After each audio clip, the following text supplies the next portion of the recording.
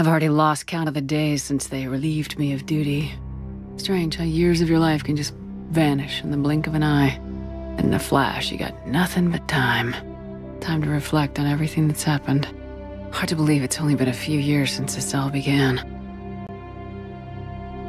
We were testing out the Normandy, Captain Anderson's new ship, when the distress call came in. An Alliance patrol on Eden Prime had been attacked. They'd seen something they couldn't explain. And whatever it was massive. I hit the ground with my lieutenant, Caden Alenko. A good kid, loyal, by the book, with a talent for biotics. We came across the lone survivor of the patrol, Gunnery Chief Ashley Williams. A soldier to the core. Tough, disciplined, ready to take on whatever came her way. Ashley joined up with us and took us to the spot where she lost her squad. That's when we saw it. The ship. Like nothing I'd ever seen. It was massive, scorching the colony and everything around it as it blasted away. We followed the path of destruction to an artifact, a beacon left by a long-dead race called the Protheans. The colony had dug it up, and whoever attacked them had tried to take it. Lieutenant Alenko made the mistake of getting too close. It hit him with some type of energy. I grabbed him and threw him out of the way. That's when it hit me. Hard.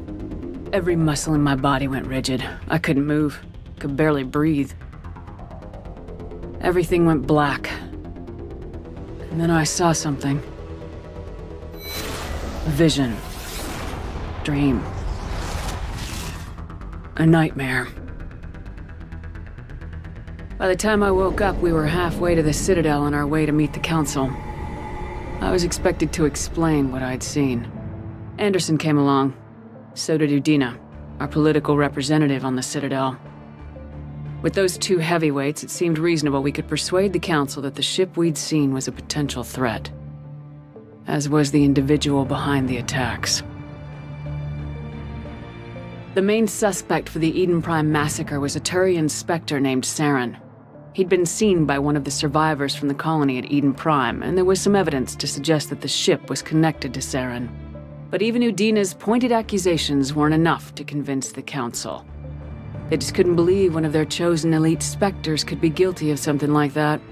They needed proof, which meant I needed proof. Fortunately, I wasn't alone in my search. Garrus, another Turian, wanted to help. A top agent for Citadel security. Despite orders from his superiors that he shouldn't get involved, he told me he was suspicious of Saren and he had some useful leads. More importantly, he was willing to share them. That led me to Rex, the biggest, nastiest-looking Krogan bounty hunter I'd ever seen. He turned out to be more than just a brute. It was his intel that led us to a fugitive with incriminating evidence on Saren. The fugitive turned out to be an energetic little Quarian named Tali. A tech expert with a knack for hacking, she procured some information on Saren. Evidence that proved Saren was dirty. Tali's evidence proved that Saren was responsible for the massacre on Eden Prime, and the immense warship we'd spotted was in fact Saren's flagship. But it went much further. Saren was trying to find a way to bring back a race of sentient machines from dark space. Machines allegedly responsible for cleansing the galaxy of all organic life. These Reapers were blamed for wiping out all life 50,000 years ago, including the Protheans, then disappearing back through the mass relays to dark space, leaving no trace that they'd ever been. That explained why Saren was after the beacon, and it made some sense out of my visions, but not much else. We couldn't convince the Council that the Reapers were a threat, but they agreed Saren had to be stopped. They stripped him of his Spectre status and gave me the honor of becoming the first human Spectre. My first task? Bring down Saren. Anderson decided to stay behind, giving up his ship, the Normandy. He told me I'd need it more than he would. He also pointed me in a direction. Liara. A Prothean expert, adept in biotics, and maybe most importantly, daughter of Benezia, Saren's top lieutenant. And like most Asari, as beautiful as she is intelligent, and born with a unique ability to meld with other species. Liara was able to help me decipher some of the vision the beacon had given me. Nothing concrete, but it gave me some clues. And a new appreciation for the Asari. Her technique for accessing my vision was unexpected, but not at all unpleasant. Kaidan was a little concerned about the connection I shared with Liara. As commander, I knew either relationship had the potential to interfere with the mission.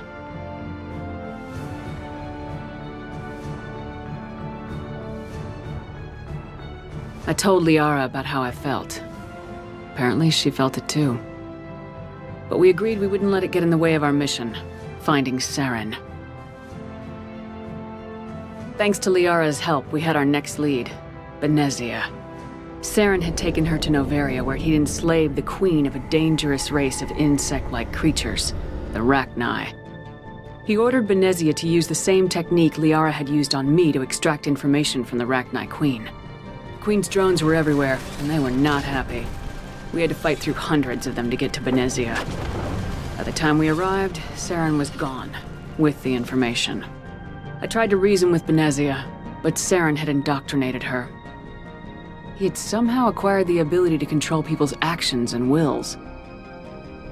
Benezia wouldn't surrender, and Liara was forced to watch her mother die in her arms. And I was left with an angry, dangerous Rachni queen to deal with. She claimed her drones would do no harm if I released her, but the Rachni had terrorized the galaxy before. I couldn't take the chance. I had a mission to do, and an army of angry Rachni would be one more problem I didn't have time to deal with. With Saren's top lieutenant dead, he was quickly running out of time and places to hide. I tracked him down at his base on Virmire, but we soon learned it was more than a base of operations. It was a breeding ground. Saren was breeding an army of Krogan. He'd found a cure for the genophage, a disease inflicted on the Krogan to prevent them from breeding and taking over the galaxy. But the Krogan Saren was breeding were slaves, mindless beasts that obeyed Saren's will. I had to destroy the base and all its research. Rex disagreed, violently. Rex wanted the genophage cure for his people. I tried to convince him to help me destroy it, that these Krogan weren't real. But he wouldn't back down. Fortunately, Rex is smarter than he looks. He realized this wasn't the way to help his people, and that Saren was the real threat. When we finally got to the center of the base, I realized just how close Saren was to completing his plan. He was already in communication with the Reapers. Sovereign, Saren's flagship we'd all assumed was just a ship, was a Reaper. It spoke to me, threatened me. I could feel the menace it had for every living thing. It wanted me dead. It wanted us all dead. And I knew it was capable of doing just that. What I couldn't understand was why Saren would help it. But there was no time to think about it. Sovereign knew where we were. We had to destroy the base and get the hell out. I split my team into 2 squads, sending Ash with one and Kaidan with the other as a distraction. We had a nuke and we planned to use it. Before we could detonate the bomb, Saren showed up. We fought. I stalled him to make time for my team. And in talking to him, I realized the truth. It wasn't Saren who was indoctrinating everyone. It was Sovereign, the Reaper. And Saren was in deeper than all of them. He tried to convince me he was still in control. Said he'd found a way to reduce the Reaper's influence, but he was kidding himself. Or believing the lies Sovereign was telling him. Before I could convince him to stop, he ran, leaving me just seconds to extract my squad mates. I tried, but it wasn't fast enough. I could only save one of them. Kaidan was a good man and a great soldier. But I had to choose, and I chose Ash. That was the last time Saren would slip away from me. I knew then, the next time we met, one of us would die. With my team mostly intact, we chased Saren and his army to Ilos, a long-lost planet that had once belonged to the Protheans. As we prepared for what we knew would be a desperate fight, I spoke to my crew. We were just one ship, against Saren's growing army. I assured them all that despite the odds, we could defeat him. Liara saw through my words. She knew I was hurting after Kaidan's death. She could sense my doubts. We both knew this mission could be our last. Until that moment, we put our feelings aside for the sake of the mission. But why wait? We gave in to each other. And it was perfect. While it lasted. We arrived on Ilos close behind Saren. Once on the planet, we discovered a Prothean databank that helped me put the final pieces of my vision together. The Reapers had come 50,000 years ago, and every 50,000 years before that, each time purging the galaxy of life. The Protheans had fought and died like every species before them, but a few survived long enough to leave a parting gift. The Protheans had discovered that the Citadel was the key to controlling the mass relays. By sabotaging the Citadel, they found a way to close the relays to dark space, slowing the Reapers' return, giving us the time we needed to find a solution to stop the Reapers once and for all. Saren knew this. He was leading his army to take control of the Citadel and re-establish the relays to dark space, bringing the waiting Reapers here to destroy us all. We followed him to the Citadel. It was intact, but heavily damaged. He had caught the Council fleets by surprise, and they were only now regrouping. And with Sovereign as his flagship, there was little hope that the fleets could counterattack with enough strength to take back the Citadel. But Saren was done running, and I was done chasing him. As the Alliance and Council fleets battled Saren's army outside the Citadel, I cornered the Turian bastard in the Citadel tower and confronted him. He died believing that the Reapers would save him. As I fought to regain control of the Citadel, the Council's flagship, the Destiny Ascension, fell under attack. Despite Saren's death, Sovereign and Saren's army continued to fight. The Council was aboard the Destiny Ascension and they were requesting assistance. But I knew in order to help them, I would have to put our human Alliance fleet in jeopardy.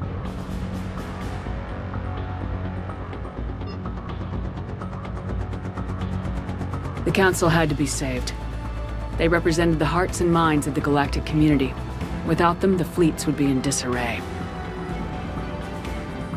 Even with the Citadel back in my control, Saren defeated and the Normandy leading the combined galactic fleet. The battle against Sovereign, a single Reaper, was relentless. It took the combined fleets of humanity and the other races, but in the end, Sovereign fell. But the costs were immense. While humanity's efforts in the war earned us our first seat on the Council, it was a hollow victory. The Reapers were still out there. I knew the fight was far from over, but as the one who'd led the fight against Saren, I was given new responsibilities. The choice of humanity's first counselor was left to me to decide. On the one hand, Udina, the lifetime politician, ruthless and ambitious. He would easily navigate the political landmines that would soon be placed before him. The other choice, Captain Anderson, the career soldier. Tough but fair. But a friend, and someone I could trust. Both great leaders in their own right.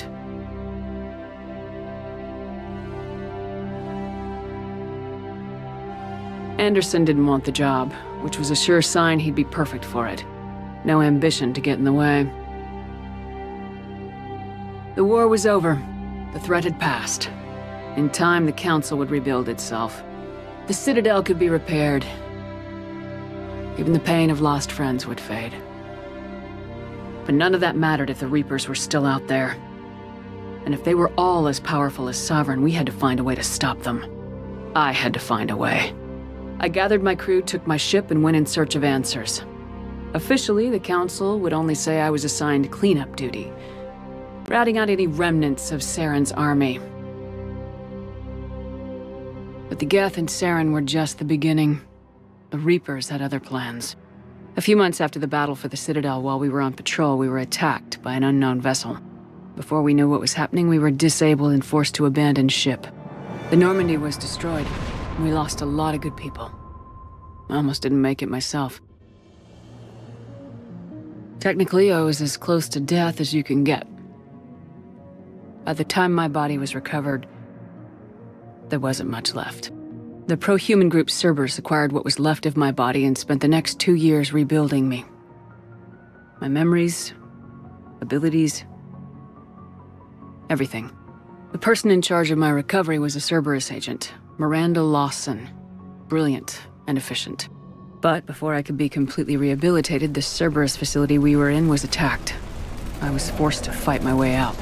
In my condition, I should have died. But an ex-Alliance soldier named Jacob Taylor kept me alive. We found Miranda and we escaped. They took me to meet the Elusive Man, the leader of Cerberus and the one who had ordered me rebuilt. The Elusive Man lived up to his name, offering half answers to many of my questions. But he did explain why he'd brought me back. He believed I was the one person who could stop the Reaper threat. And he explained that the Reapers had a new ally, an insectoid race called the Collectors, the ones who had attacked the Normandy 2 years earlier. Since that time, they'd been systematically abducting entire human colonies and taking them beyond the Omega-4 relay, a place that no ships other than Collector ships ever returned from. The Elusive Man wanted me to find out why humans were being abducted, and to end it. In return, Cerberus would outfit me with a rebuilt Normandy, weapons, and a skeleton crew. As long as I agreed to take along Miranda, Jacob, and an illegal AI named Edie. I told the Elusive Man I wanted my own team, people I knew.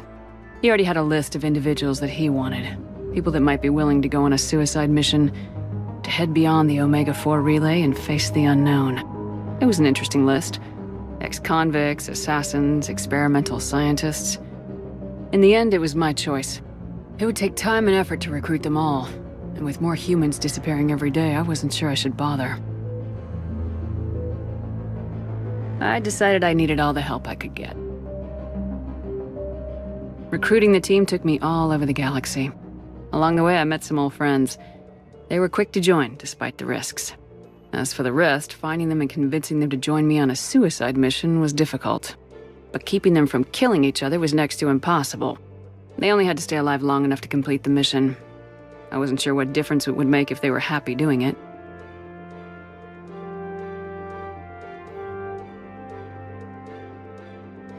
But if we were going to survive this, our best chance was to make sure everyone was working together.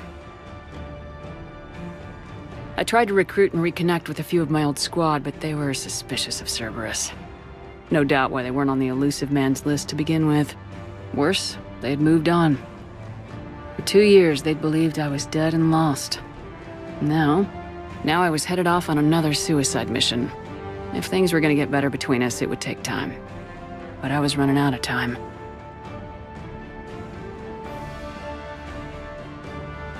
Maybe once the mission was over, we could try to reconnect. With most of the team recruited, we were getting close. We just needed to figure out how to survive the Omega-4 relay. Our best chance came when we discovered a damaged collector ship. We went in knowing it could be a trap, but we had to try.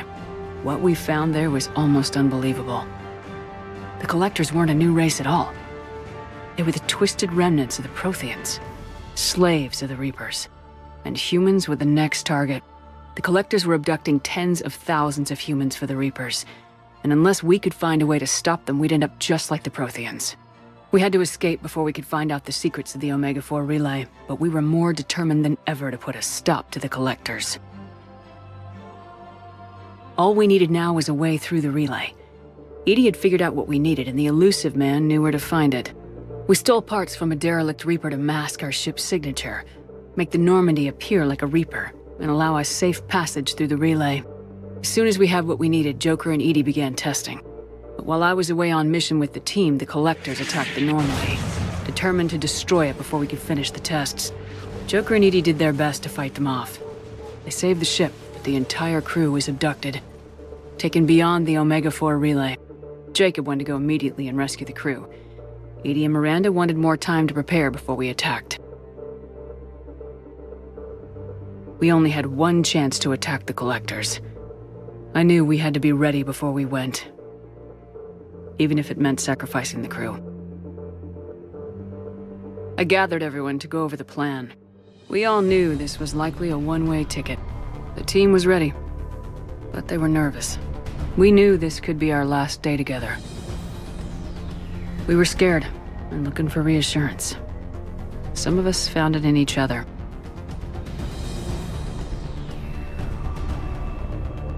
But I went to my cabin to be alone, to prepare for the attack, go over every detail.